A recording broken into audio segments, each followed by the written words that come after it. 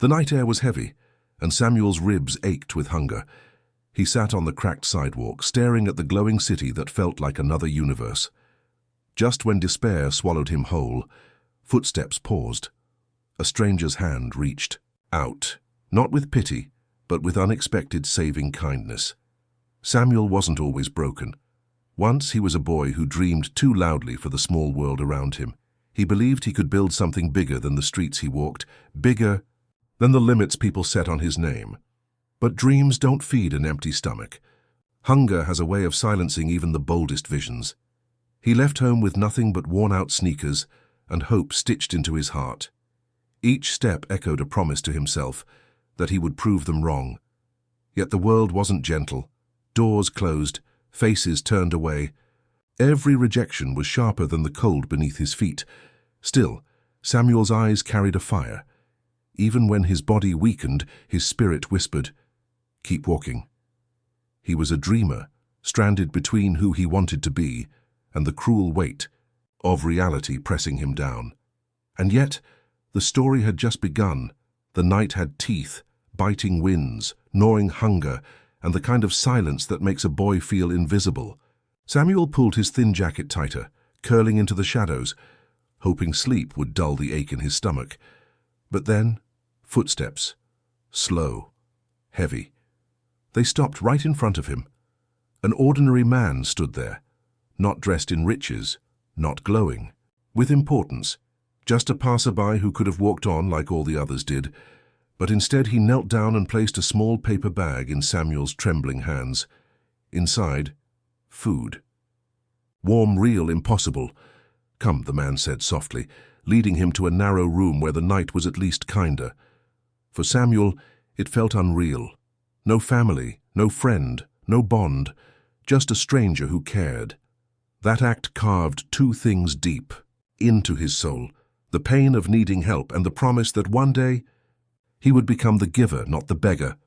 The stranger's kindness gave Samuel one night of warmth, but mornings always brought him back to the same battlefield: survival. Each day he knocked on doors, offering his hands, his time, his effort. Each time the answer was the same: a slammed door, a dismissive wave, a laugh that stung more than hunger. He tried everything, carrying loads, sweeping floors, running errands for pennies. Yet the world seemed deaf to his desperation. Rejection became his constant companion, whispering lies into his ear. "You don't belong. You'll never make it." Some turned cruel, mocking his torn shoes, his empty pockets, his foolish courage to keep asking. And every no didn't just push him away from work. It chipped away at his belief that success had space for someone like him. At night, Samuel would lie awake on cold ground, replaying those rejections in his head. He wondered if the stranger's kindness had been a mistake, a flicker of hope that only made the darkness feel darker. Yet deep inside, a tiny ember refused to die. Because if one stranger could see worth in him, maybe the world would too. One day, the weight of rejection was already crushing, but what cut deepest wasn't from strangers. It was from the people Samuel once trusted. Friends who had once shared his laughter now sneered at his struggle. To them, he wasn't chasing a dream. He was wasting life. Aimless, they called him, a fool. Each word hit harder than hunger, harder than any slammed door. Betrayal doesn't always arrive with knives. Sometimes it comes quietly, in silence, in absence, in the way those you love pretend you don't exist. That loneliness was heavier than poverty itself. And yet, when the darkness pressed too close, Samuel held onto one memory: the stranger who had fed him without asking for anything in return. That kindness had carved a flame inside him, a reminder that worth can be seen even when the world is blind. So when betrayal tried to define him, Samuel whispered through the pain, "I am not aimless. I am unfinished." The betrayal still stung, but Samuel kept moving because standing still meant starving. He took whatever work came his way, sweeping floors, hauling crates, carrying boxes until his shoulders burned. One evening, as he staggered under the weight of a load, he paused outside a small shop. Inside, the owner argued bitterly with the supplier about rising costs. Samuel listened. The words pierced him. Frustration, anger, loss. To most, it was just noise. But to Samuel, it was a door creaking open. For the first time, his mind shifted from survival to possibility. What if, he thought, I could be the one who makes it cheaper?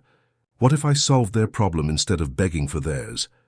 The idea pulsed through him, wild and terrifying. It wasn't just about money anymore. It was about control, about finally shaping his own life. For years, Samuel had been at the mercy of doors that refused to open.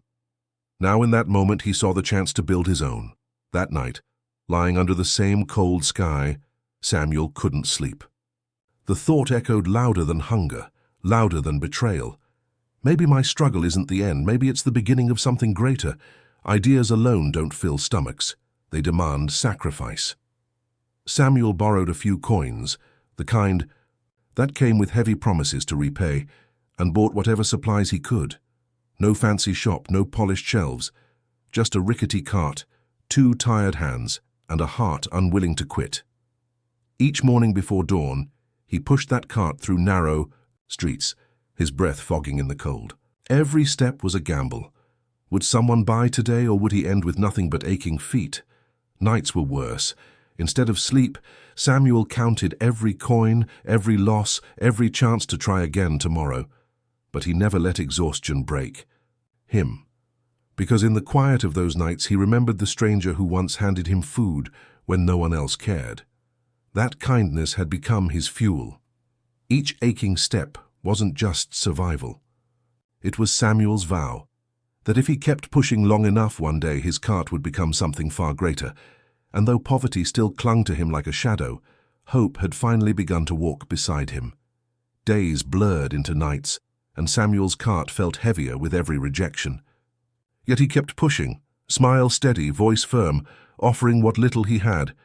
Then one morning a weary shopkeeper paused. He listened.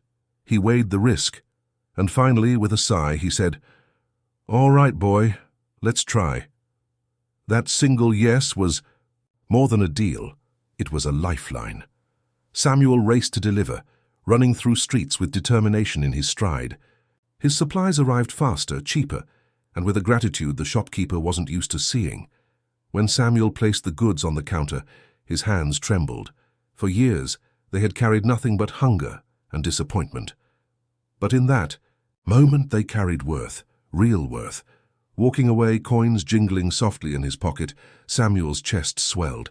It wasn't riches, it wasn't victory, but it was proof. Proof that the world could say yes, that effort wasn't always wasted. And for Samuel, that was the first crack of light breaking through years of darkness. The first yes was only the beginning. Samuel refused to let it end there. Every coin he earned went straight back into his cart. More supplies, wider routes, longer hours. Hunger became a companion he chose, skipping meals so his business could eat instead. Floors turned into his bed, concrete his pillow. His body ached, but his spirit clung to one unshakable truth. If a stranger believed I was worth feeding, then surely I am worth building.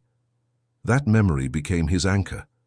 Through blisters on his hands, sweat on his brow, and nights that seemed endless, Samuel kept moving. He wasn't just selling supplies anymore.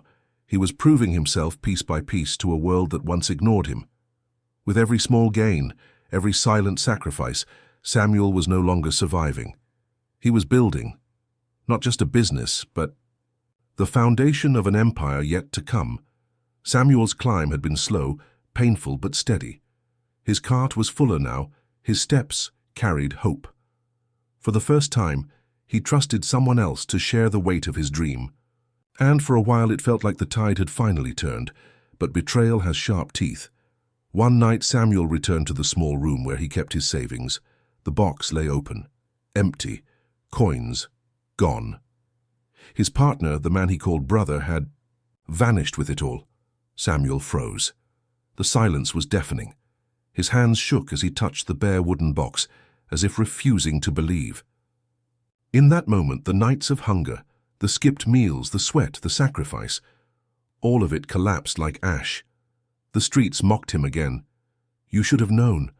Success was never yours to hold. It was a crushing blow. Yet, buried, Deep beneath despair, a spark whispered, the same spark lit long ago by a stranger's kindness. Samuel found himself back where it all began, under that same flickering streetlight. Years had passed, fortunes gained and lost, but in that moment it felt as if time had folded in on itself. The pain of betrayal pressed down on him like a weight too heavy to bear. His pockets were empty once more, his dreams shattered overnight. But this time, he wasn't the trembling boy who once begged the night for mercy. This time he carried scars, reminders of battles fought and lessons carved into his soul. Every failure, every wound, every sleepless night had forged a different. Samuel, stronger, wiser, hungrier. The darkness mocked him, whispering he had lost everything again. Yet inside him a fire roared back. He realized that losing money wasn't the same as losing himself. The stranger's kindness still lived in his heart, still gave him something to stand on. Under that streetlight, Samuel didn't crumble. He clenched his fists, looked at the emptiness before him, and made a vow. If he had built it once, he could build it again. And this time nothing, not betrayal, not loss, not fate, would stop him.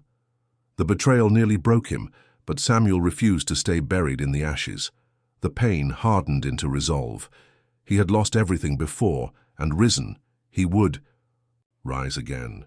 Only this time he wasn't the same desperate boy with empty pockets. He was scarred, sharpened, and unshakably determined. He started small once more, piecing scraps into opportunities others dismissed as worthless. While others shook their heads, Samuel saw doors where walls stood. A rejected offer became his opening. A cast-off contract became his breakthrough. He took on deals others called impossible and proved them wrong, one after another. Days blurred into nights, yet Samuel's fire never dimmed. He was no longer chasing a meal, no longer running from hunger. Survival was behind him. Now every sleepless night was for something far greater, destiny itself. People who once mocked him began to whisper his name with awe. The boy with empty shoes was building again, only faster, stronger, fiercer. The memory of betrayal, no longer haunted him. It fueled him. Samuel was not rebuilding what he lost. He was creating something new, something unshakable. And with every step forward, the world began to realize this was not a comeback. This was the rise of an empire. Years slipped by, and the boy with the cart became a man who reshaped the skyline. Where once Samuel pushed supplies through muddy streets, now he stood in glass towers that touched the clouds, towers with his name etched in steel and stone. The world called him a billionaire, a visionary, a man who had gained it all. But Samuel never let the shine of success erase the shadows he came from. He remembered every cold night, every slammed door, every betrayal. And most of all, he remembered the stranger, the nameless man who once offered food when no one else even offered a glance. That act of kindness became Samuel's compass. It reminded him that wealth wasn't just about numbers, but about lives touched. To the world, he was proof that grit could build empires. To Samuel, he was proof that one small kindness can alter the destiny of an entire life. Samuel's empire may shine with glass and steel, but its foundation was built on something far more fragile, a stranger's kindness on a cold night. That single act carried him through hunger, betrayal, and loss, until it became the fire behind every victory. And now his story is not just his own.